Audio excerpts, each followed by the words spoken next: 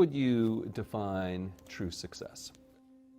Well, I've said many times that if you get to be 65 or 70 and later, and the people that you want to have love you actually do love you, you're a success. I've never seen anybody that reaches that age. I mean, I'm not talking about somebody that's in extreme poverty or pain or something, but I've never seen anybody that, if they have a lot of people that love them, that is other than happy. And I've seen some very, very wealthy people that they give testimonial dinners to and name schools after and everything. And nobody loves them, you know.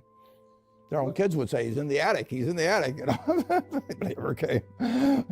What are, say, 3 pieces of advice you would give to people who are looking to succeed in business? Well, by far the best investment you can make is in yourself. I mean, for example, communication skills. I tell the students that come that they're going to graduate schools and business, and they're learning all these complicated formulas and all that. If they just learn to communicate better, and both in writing and in person, they increase their value at least 50%. And, I mean, if you can't communicate, somebody says, you know, it's like winking at a girl in the dark. Nothing happens, you know, basically. And you have to be able to get forth your ideas, and that's relatively easy. I did it myself with the Dale Carnegie course. Some people wish I'd taken a shorter course now in terms of my talking later on, but it's just hugely important. And if you invest in yourself, nobody can take it away from you. I mean, the second thing, which I'll get a certain criticism for not living it, but I do tell those students, you know, that if I gave you a car and it'd be the only car you get in the rest of your life, you take care of it like you can't believe. Any scratch, you'd fix that moment. You read the owner's manual, you keep a garage and do all these things, and you get exactly one mind and one body in this world. And you can't start taking care of it when you're 50. By that time, you'll have rusted out if you haven't done anything. So you should really make sure that you just remember that you just got one mind and body to get through life with and to do the most with it. What about life advice? Well, life advice is, you know, the most important thing, aside from the things I've talked about already, is really who you associate with. You want to associate with people that are better than you are. I mean, basically, you'll go in the direction of the people that you associate with, and you want to have the right heroes.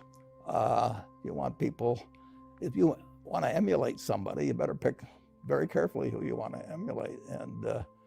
And when, obviously, you can't pick your parents. They're going to have an enormous influence on you, but you don't get a choice on that. But you get choices as you go down the line, and who you admire, who you want to copy, and the most important for most people in terms of that decision is their spouse. It's also important in terms of a partner in business, but the partner in life is the most important one. You want to pick a spouse that's better than you are, and then he or she, and you hope they don't figure it out too fast.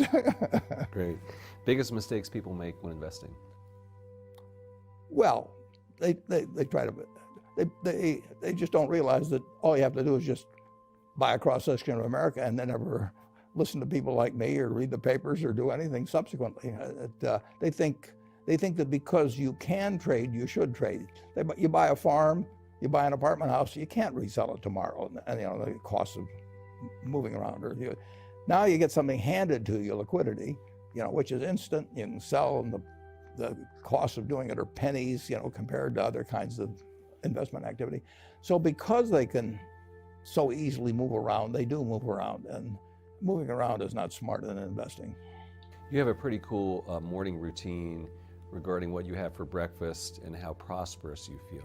What is that? Well, I now actually send somebody over to McDonald's, usually to get me something. Since the publicity I got from earlier describing my habits at McDonald's, I now have somebody go in the office, but that was more for entertainment value. I actually eat exactly what I like to eat. If I liked it on my 6th birthday, at my 6th birthday party when we had hot dogs and hamburgers and Coke and ice cream with chocolate, I still like it. And I don't care about anything subsequently. I discovered it all by the time I was 6. If somebody offered me a deal when I was 20 and said, you're going to live 1 year longer. Instead of living to 88, you'll live to 89 or whatever it may be. If you eat nothing but broccoli and Brussels sprouts and onions and all these things.